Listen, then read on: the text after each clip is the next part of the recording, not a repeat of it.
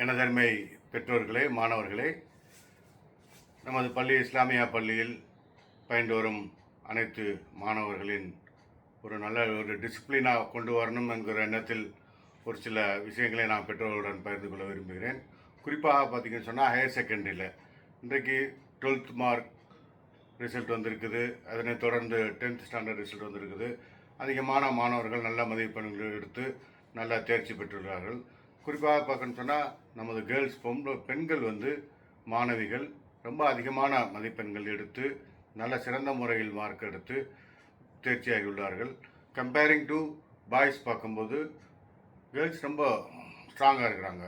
ஆனால் உண்மையிலேயே இந்த மதிப்பெண்கள் யாருக்கு அவசியம்னா பாய்ஸ்க்கு தான் ரொம்ப அவசியம். ஏன் பாய்ஸ்க்கு ரொம்ப அவசியம், கேர்ள்ஸ்க்கு அவசியம் இல்லைன்னு கிடையாது. பாய்ஸ் நிறைய இந்த ப்ரொஃபஷனல் கோர்ஸ் போவாங்க. அவர்களை நம்பி நிறைய பல குடும்பமே காத்திருக்குது. அவர்கள் மதிப்பெண் பெற்றால்தான் நல்ல கல்லூரியில் சேர முடியும், நல்ல கோர்சஸ் கிடைக்கும், விரும்பிய கோர்ஸ் கிடைக்கும், அவர்கள் ஒரு நல்ல ஒரு வேலை வாய்ப்புகள் கிடைக்கும். அவர்களுக்கு வாழ்க்கையில் இன்றைக்கி கல்வி இல்லாமல் எதுவுமே செய்ய முடியாது. இன்றைக்கி வெளிநாட்டில் இருக்கிறவங்க எல்லாருமே ரிட்டர்ன் ஆகிறாங்க. வெளிநாட்டில் இருக்கிறவங்க கூட நல்ல வேலைகள் யாருமே கிடையாது.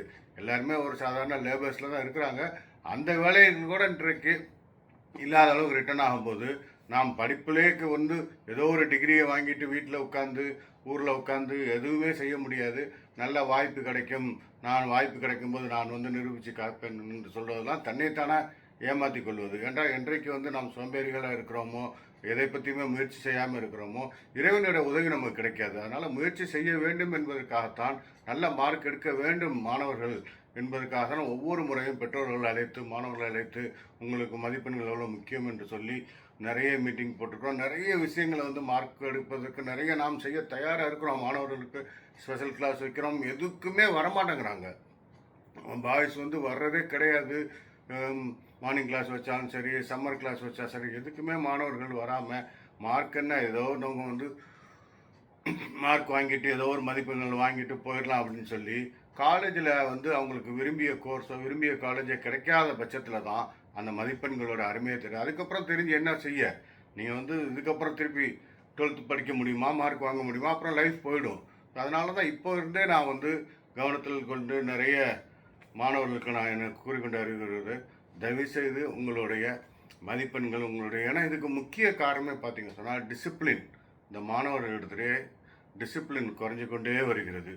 நல்ல சின்ன கிளாஸஸ் படிக்கும்போது நல்லா வர்றாங்க. பெரிய கிளாஸ் போக போக போக பெற்றோர்கள் அலட்சிய போக்கள். ஏன்னா அவன் வளர்ந்துட்டான், பெரிய பையன், அவனையே பார்த்துப்பான், அவனை எங்களால் சொல்ல முடியலை, அறிவுரை சொல்ல முடியலை, ஆம்பளை பிள்ளையாச்சு, ஆம்பளை பிள்ளை அப்படித்தான் இருப்பான், வெளியே தான் போவான் வருவான், நிறைய பாசங்கள் கொடுத்து மாணவர்கள் அவர் கேட்குறது பைக்கு ஃபோனு எல்லாத்தையும் வாங்கி கொடுத்து அவர்களை ஊர் சுற்ற வைக்கிறது. இரவுகள் எங்கே போகிறான் வர்றதுன்னு தெரியாது, ரொம்ப லேட்டாக வீட்டுக்கு வர்றது, லேட்டாக தூங்குறது, இதெல்லாம் எல்லா மாணவர்களும் கிடையாது, ஒரு சில மாணவர்கள் செய்கிறதுனால அதை பார்த்து மற்ற மாணவர்களும் வெளியே சுற்றி கொண்டு இருந்து இதெல்லாம் கல்வி இன்றைக்கி எத்தனையோ ஸ்கூல் காலேஜ் எல்லாம் கிழக்கில் இருந்தும் இந்த மாணவர்களுக்கு ஒரு போதிய கல்வி கிடைக்கல. எல்லா ஸ்கூல்லேயுமே பார்த்தீங்கன்னா மாணவிகள் தான் அதிக அளவில் மார்க் எடுக்கிறாங்க. நம்ம பாய்ஸ்க்கு கிழக்கரையை விட்டால் கிழக்கில் கூட நிறைய ஸ்கூல்ஸ் அன்றைக்கி பாய்ஸ் அட்மிஷனை கொடுக்கறது இல்லை. ஏன்னா அவர்களோட ஒழுக்கமின்மை. வெளியூரில் கிழக்கரை ஸ்டூடெண்ட்ஸ்னாவே வேண்டாங்கிறாங்க. காலேஜில், ஹாஸ்டலில், எல்லா இடத்துலையும். இதுக்கு என்ன காரணம்? ஏன் நல்லா நீங்கள் படித்து முன்னேறினா உங்களுக்கு என்ன தடை இருக்குது? அந்த இப்போ நீங்கள் அது இதுதான் ஒரு ஹீரோயிசம் நினச்சிட்டு என்ன பண்ணுறதுன்னா, இஷ்டத்துக்கு ஹேர் கட் பண்ணுறது, ஒரு டிசிப்ளின் இல்லாமல் பைக்கில் சுற்றுறது, இதெல்லாமே விட்டுட்டு கொஞ்சம் தயவுசெய்து கல்வியில் படிப்பில் கவனம் செலுத்துங்க. இந்த கல்வி மூலமாக தான் உங்களோட குடும்பம் முன்னேறும், நீங்கள் முன்னேறுங்கிறத தயவுசெய்து புரிஞ்சுக்கொண்டு அந்த பெற்றோர்களுக்கு நான் என்ன சொல்கிறேன்னா, இந்த வருஷத்துலேருந்து அந்த டிசிப்ளின் ஸ்ட்ரிக்டாக ஃபாலோ பண்ண போகிறோம். 10th படிச்சுட்டு 11th ஸ்டாண்டர்ட் சேரும் மாணவர்களுக்கு கண்டிப்பாக அந்த யூனிஃபார்ம், ப்ராப்பர் யூனிஃபார்ம் போட்டுட்டு தான் வரணும். அந்த பழைய பேண்ட்டை போட்டுக்கிட்டு ஒரு கேர்ள்ஸ் போடுற லெக்கிங்ஸ் மாதிரி போட்டுக்கிட்டு வர்ற பாய்ஸ் இருக்கிறாங்க. ஷர்ட்டை சரியாக டெக்கின் பண்ணுறதில்ல, டை கட்டுறதில்ல, ஷூ கட்டுறதில்ல, இஷ்டத்துக்கு வர்றது, இஷ்டத்துக்கு போகிறது, வெள்ளிக்கிழமை ஆனால் லீவ் போடுறது, கிளாஸஸ் வச்சா வர்றதில்லை. உங்களுக்காக தான் நீங்கள் படிக்கணும், நல்ல மார்க் வாங்கணுங்கிறதுக்காக நம் டீச்சர்ஸ் எல்லாம் கூப்பிட்டு உட்கார வச்சு அவங்களுக்கு ஸ்பெஷலாக எல்லாமே பண்ணி அதிகமான சம்பளங்கள் கொடுத்து நம்ம டீச்சர்ஸ் உட்கார வச்சா பண்ணால் நீங்கள் யூட்டிலைஸ் பண்ண மாட்டேங்கிறீங்க. உங்களுக்காக நிறைய நம்ம செய்கிறோம், ஆனால் வரமாட்டேங்கிறீங்க. இதெல்லாம் சரியாக வரக்கூடிய மாணவர்கள் மட்டும்தான் இந்த வருஷம் உங்கள்கிட்ட உத்தரவாதம் வாங்கி இருந்தால் மட்டும்தான் நாங்கள் வந்து அட்மிஷன் போடுற மாதிரி இருக்கிறோம். இன்னும் ஒழுக்கம் டிசிப்ளின் வேணும். படிப்புங்கிறது 2வது பட்சம். நீ டிசிப்ளின் வந்ததுன்னா தன்னால் எல்லாருமே படிச்சிருவாங்கங்கிறதுக்காக டிசிப்ளின் நான் வந்து நல்லா படிக்கிற மாணவர்கள் மட்டும்தான் நாங்கள் வந்து சேர்த்துக்கிடுவோன்னு கிடையாது. நீ கல்வியில் வந்து ஒழுக்கம் இருந்தால் தன்னால் டிசிப்ளின் வந்துடும். டிசிப்ளின் இல்லைன்னா முடியாது. அதனால் நல்லபடியாக நீங்கள் படிக்க வேணும்னா ஃபஸ்ட்டு நாங்கள் சொல்கிற ரூல்ஸ் அண்ட் ரெகுலேஷன் ஃபாலோ பண்ணணும், ரெகுலராக வரணும். நிறைய பேர் பார்த்தீங்கன்னா 10th மேக்ஸில் வந்து 40 மார்க் வாங்கியிருப்பான், 50 மார்க் வாங்கியிருப்பான், எங்களுக்கு சயின்ஸ் குரூப் தான் வேணும்பாங்க. அது மாதிரிலாம் கொடுக்குறதுனால என்ன ஆகுதுன்னா மேக்ஸ் வரலாண்டா எதுவுமே வராது, ஃபிசிக்ஸ் வராது, கெமிஸ்ட்ரி வராது.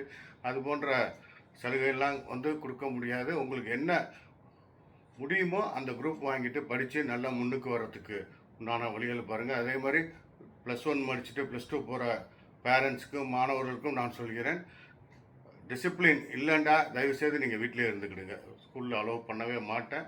டிசிப்ளின் ப்ராப்பராக யூனிஃபார்ம் இருக்கணும், ரெகுலராக கிளாஸஸ்க்கு வரணும், அட்டண்டன்ஸ் கரெக்டாக இருக்கணும், கிளாஸ் ரூம்ஸில் வந்து ஒபீடியண்ட்டாக இருக்கணும்.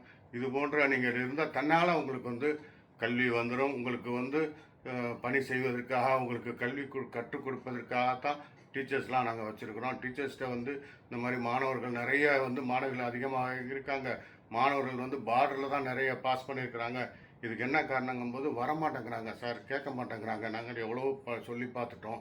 பேரண்ட்ஸு கூப்பிட்டு கேட்டால் அவங்களும் நாங்களே எவ்வளோ சொல்லிட்டேன், கேட்க மாட்டேங்கிறாங்கன்னு சொல்கிறாங்க. ஸோ இதெல்லாம் உங்களோட எதிர்காலம். நானும் எவ்வளவோ அட்வைஸ் பண்ணி பார்த்துட்டோம். இனிமேல் சில ரூல்ஸ் நம்ம போட்டு தான் ஆகணும். அதெல்லாம் சரியாக இருந்தால் மட்டும்தான் நீங்கள் பள்ளிக்கு நாங்கள் அலோவ் பண்ணுவோம். இதெல்லாம் கருத்தில் கொண்டு இந்த வருஷம் 10th ரிசல்ட்டுக்கு அப்புறம் இந்த மாதிரி மாணவர்கள் மட்டும்தான் நாங்கள் வந்து அனுமதிப்போம். +1லேருந்து +2 போகிற மாணவர்களும் டிசிப்ளினுக்கு நம்ம வந்து எங்களுடைய கண்டிஷன்ஸ்க்கு ஒத்து வர மாணவர்கள் மட்டும்தான் பள்ளியில் சேர்த்து அட்மிஷன் போட்டு அவர்கள் கண்டிப்பாக நல்ல மாணவர்களை நாங்கள் விடவே மாட்டோம். எங்களுடைய பொறுப்பு அது. அவனை வந்து உருவாக்கி அவனை நல்ல நிலைமையை கொண்டு வரணும். அவனுக்கு எங்கே சேர்க்கணும், என்ன பண்ணலாம், எல்லாமே பண்ணுவோம். ஏன்னா ஒரு சில மாணவர்கள் வந்து டிஸ்டர்ப் பண்ணுறாங்க. எல்லாத்தையுமே டிஸ்டர்ப் பண்ணி ஒருத்தனுக்கு கிடைக்க வேண்டிய கல்விகளே இன்னொருத்தன் பாழாக்குறான். அதனால் கல்வியோட அவசியத்தை உணர்ந்து இதுக்காக ஒரு நல்ல ஒரு முயற்சிகள் எடுக்கிறோம். கண்டிப்பாக உங்களுடைய அனைவரும் ஒத்துழைப்பும் எங்களுக்கு நிச்சயமே